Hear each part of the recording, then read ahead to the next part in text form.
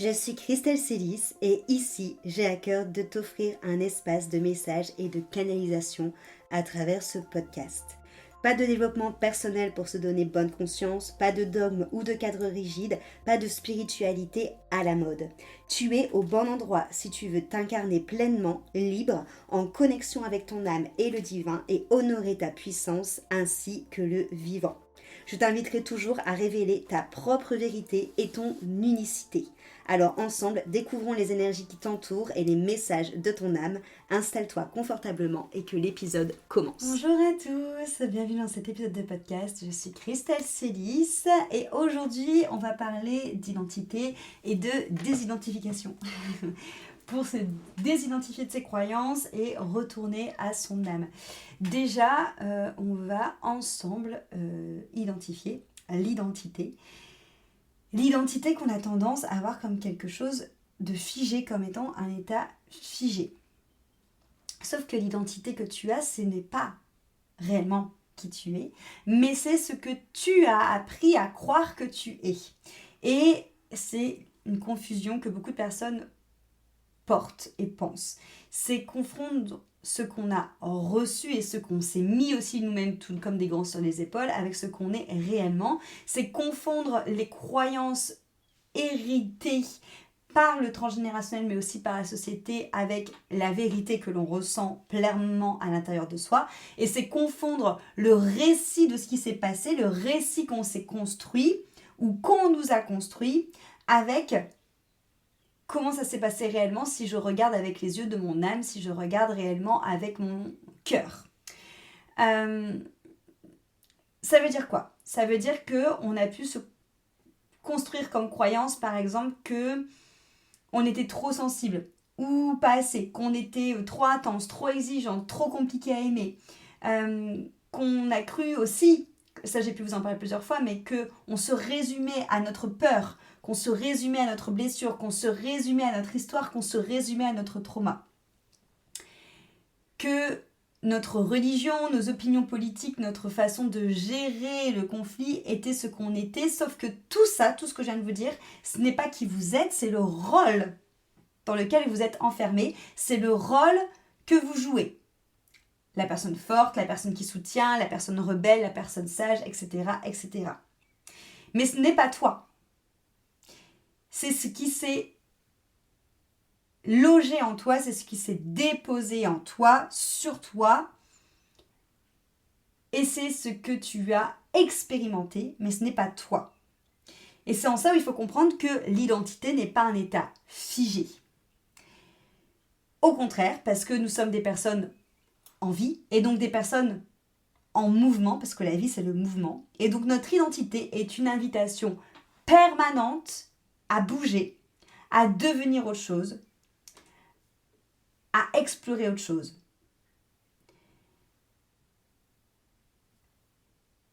Et c'est aussi comprendre que notre identité, c'est pas forcément ce qui nous est arrivé, mais c'est plutôt ce qu'on décide de faire avec ce qui nous est arrivé. Comment est-ce qu'on décide de le voir, de le conscientiser, de le transmuter.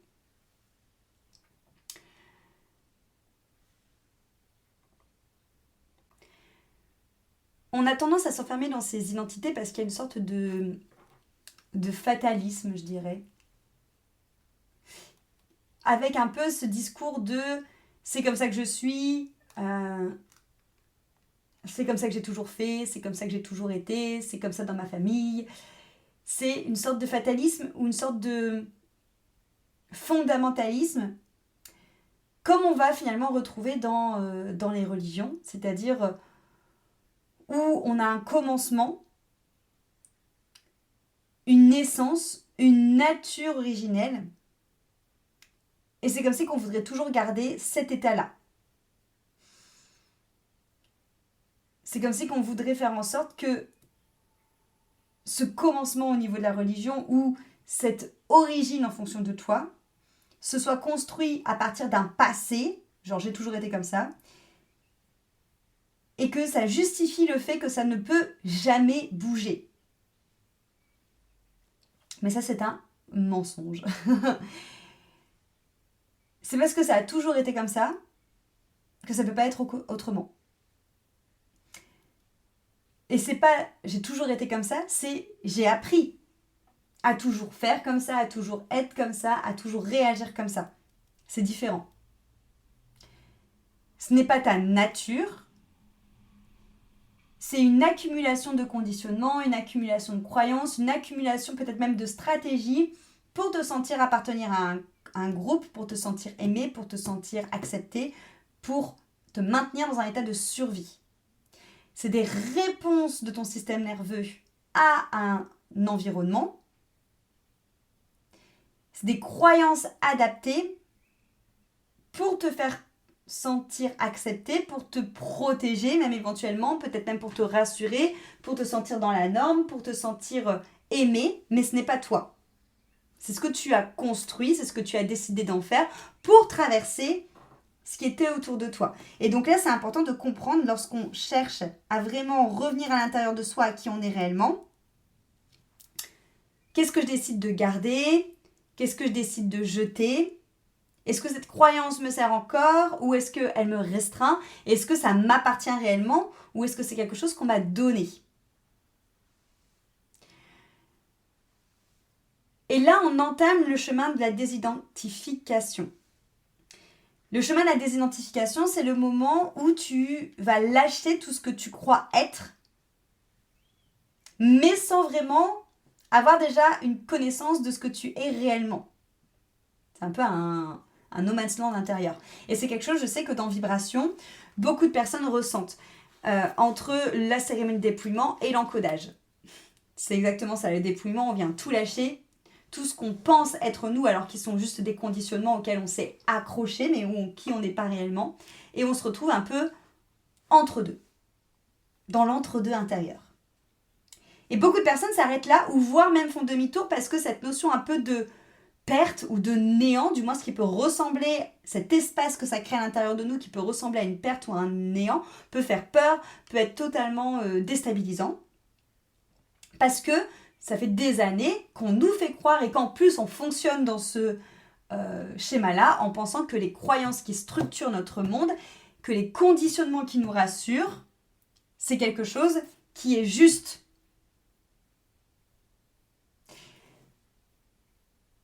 Alors que ça ne l'est pas. Et surtout que cet espace-là, un peu de, j'ai envie de dire de calme, un peu de réception, cet espace un peu désertique finalement où tu as lâché tout ce qui te conditionnait, tout ce qui ne te ressemblait pas, mais où qui tu es réellement, ce que ton âme vibre n'est pas encore descendu parce que ça va arriver, mais c'est le temps de vraiment lâcher la dernière ficelle. Ça ressemble à une sorte de désert, mais c'est un désert où tu vas commencer dans ce désert calme, dans ce désert silencieux, à enfin t'entendre. Et pas à t'entendre à essayer de crier entre les conditionnements, les croyances et les peurs, mais t'entendre vraiment qui tu vibres au niveau de ton âme, au niveau de ta propre mélodie. Et d'ailleurs, si je refais un parallèle avec ce qu'on peut lire dans les grands textes religieux qui sont vraiment des textes référents en termes de quête de soi et en termes d'apprentissage de soi, c'est vraiment pour moi la meilleure ressource. Dans ces traditions, la plupart des grandes révélations arrivent souvent dans un désert parce qu'il n'y a pas de bruit, il n'y a pas de zone de confort, il n'y a pas d'endroit où on peut fuir, il n'y a pas de silence. Enfin, il n'y a pas de silence de fuite, il n'y a pas de bruit qui nous noie, il y a juste le silence de ce qui n'est plus avant de laisser venir ce qui n'est pas encore nommé.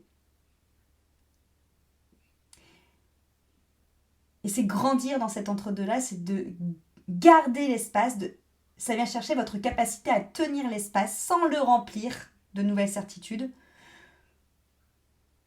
pour laisser dans cet entre-deux l'intelligence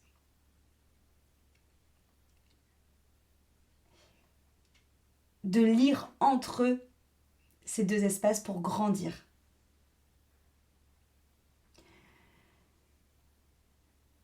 Après, généralement, ce qu'on va retrouver aussi, une fois qu'on s'est désidentifié et qu'on est dans cet espace d'entre-deux et qu'on commence à ressentir cette nouvelle identité, entre guillemets, c'est pas une nouvelle identité, mais cette identité vibratoire qui est réellement nous descendre, on va avoir comme un rejet total de l'ancienne identité Mais ça, pour moi, c'est aussi un piège.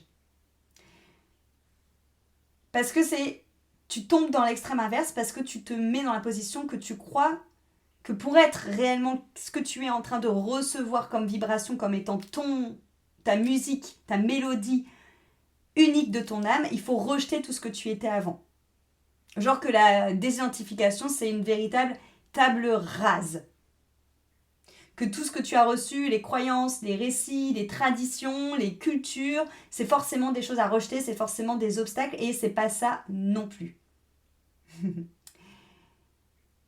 Parce que le problème, c'est pas d'avoir reçu ça, le problème, c'est d'être identifié à ça et de l'avoir vu comme étant quelque chose de figé, de l'avoir vu comme étant une destination de qui tu devais être.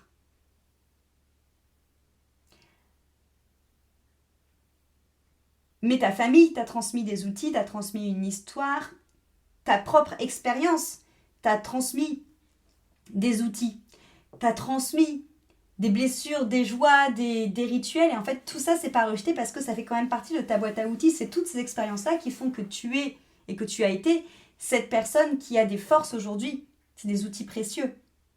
Certes, certains sont devenus trop restreignants, trop petits pour qui tu es maintenant. Mais ça sert à rien non plus de vider et de penser que tout est du bullshit. On ne peut pas passer par cette étape de déconstruction, de dépouillement, de désidentification si on n'a pas construit au préalable, si on ne s'est pas identifié au préalable. Tu ne peux pas te désidentifier d'un vide. Donc c'est honorer chaque partie du chemin, même ce qui s'est passé avant le dépouillement, avant la désidentification. C'est juste se permettre de traverser en fait tout ça pour lâcher et ne plus s'identifier, pour permettre à l'âme qui se tient derrière tout ça de revenir au centre et de faire en sorte de ne plus vivre sa vie d'un espace de survie où on est identifié à des choses obsolètes, mais de vivre sa vie depuis l'espace de l'âme, du cœur et de sa présence. En fait, la désidentification, ce n'est pas penser que tu n'as plus le droit de croire en quoi qu'est-ce, que tu n'as plus le droit de t'identifier en quoi qu'est-ce ou qu'il y a plein de choses anciennes qui étaient mal. C'est de faire la différence entre ce que tu crois par conditionnement et ce que tu sais par expérience liée à toi-même, liée à ton âme, liée à ton cœur. C'est ressentir. Parce que ton âme, elle, en fait, elle ne s'appuie pas sur ce que tu penses savoir, sur ce que tu penses posséder, sur ce que tu penses connaître, sur ce que tu penses comprendre. Ton âme, elle ressent point. Et elle sait parce qu'elle ressent. Et elle ressent pas avec la tête, elle ressent avec le cœur, elle ressent avec la présence. Elle sait quand il y a un conditionnement, quand il y a une croyance, quand il y a une étiquette qui est trop restreinte pour elle et qui l'étouffe.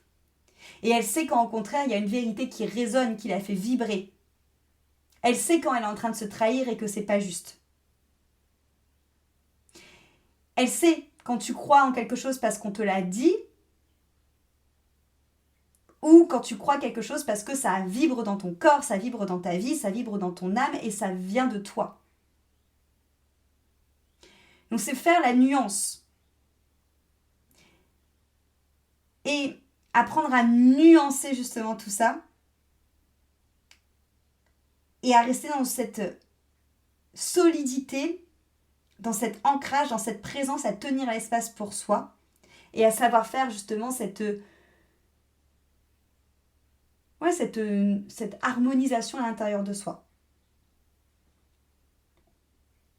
Et ça me permet de rebondir sur ce que je disais avant parce que la désidentification, c'est en effet pas tout rejeter et c'est pas non plus une amnésie de ce qu'on était. Mais je dirais qu'au contraire, c'est une intégration de ce qu'on a connu sur le chemin.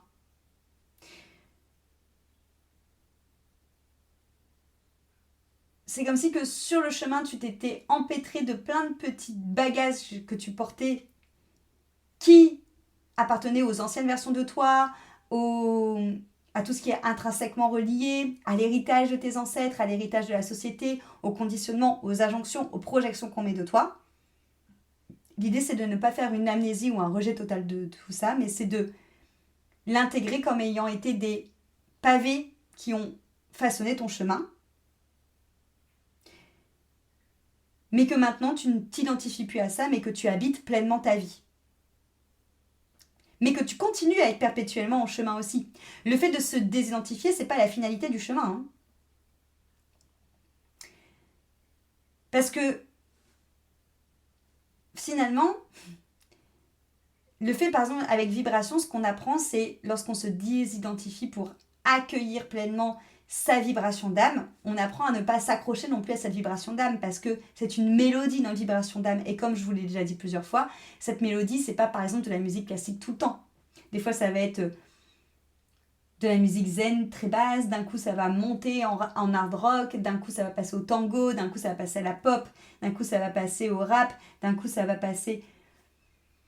Peu importe, parce que tu es vivant.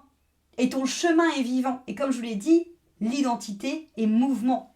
Donc dans le process de vibration, mon accompagnement individuel, lorsqu'on parle de vous dépouiller pour que vous vivez depuis l'espace de votre âme, de votre véritable mélodie d'âme, et donc vivre depuis cet espace qui te fait vibrer et vivre réellement depuis qui tu es et non pas depuis les injonctions, depuis les conditionnements, depuis l'espace de survie, c'est en fait vivre avec la vie, vibrer avec la vie. Et notre chemin est vivant, notre identité est vivante. Donc c'est de ne pas se figer. C'est ne pas se figer dans une identité spirituelle non plus, parce que les étiquettes spirituelles sont aussi des choses dans lesquelles vous devez vous désidentifier et vous dépouiller. Il faut se méfier de tout ce que l'on pense trop confortable, même quand c'est une nouvelle version de soi. Il faut toujours être en questionnement. Parce que chaque fois qu'il y a du confort, à chaque fois qu'on s'installe dans quelque chose, c'est un nouveau conditionnement. Même si c'est une nouvelle étiquette, ça reste quelque chose à un moment qui sera trop tétriqué. L'âme n'a pas de vocation à arriver à la fin d'un chemin. L'âme est toujours en route parce que notre expérience sur Terre est toujours en route.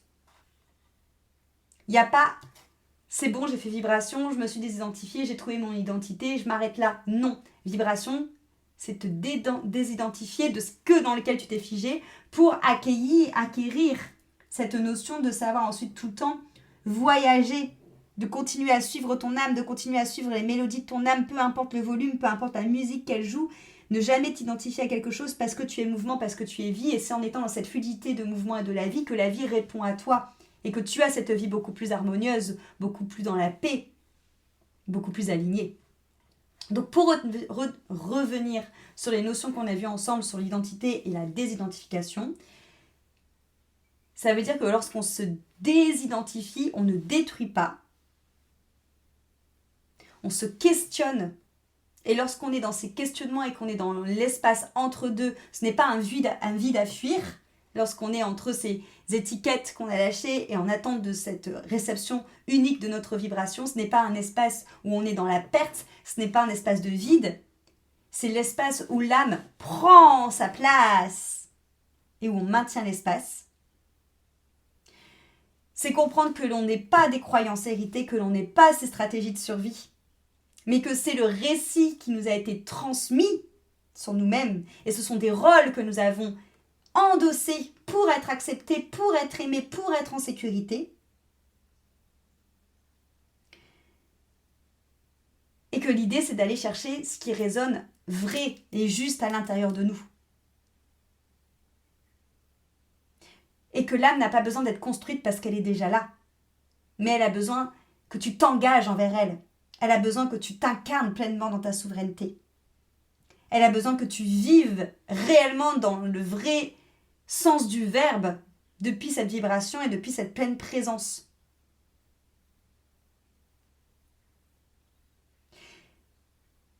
Et c'est chercher à avoir le courage d'être la version supérieure de nous, d'être le courage d'être une supériorité sur ce qui arrive dans le sens de rester là où on est, tel que l'on est, en voyant les choses comme étant des choses qui nous permettent d'avancer, mais sans nous limiter à ce qui nous a été transmis, donné ou imposé. Parce qu'on est vivant. La vie notre mélodie répond à ce vivant et répond au mouvement. Et de jamais voir la vie comme étant une finalité, mais toujours comme une découverte et une quête de ce que l'on peut être dans l'infinité des possibles. Voilà pour ce que j'avais envie de te partager sur l'identité et la désidentification. J'espère que ça te soulèvera plein de questions et avec grand plaisir pour continuer ce thème ensemble dans le futur podcast. Merci pour ton écoute. Cet épisode t'a plu, pense à lui laisser une jolie note sur ta plateforme d'écoute de ton choix et aussi de le partager aux personnes à qui il pourrait être utile.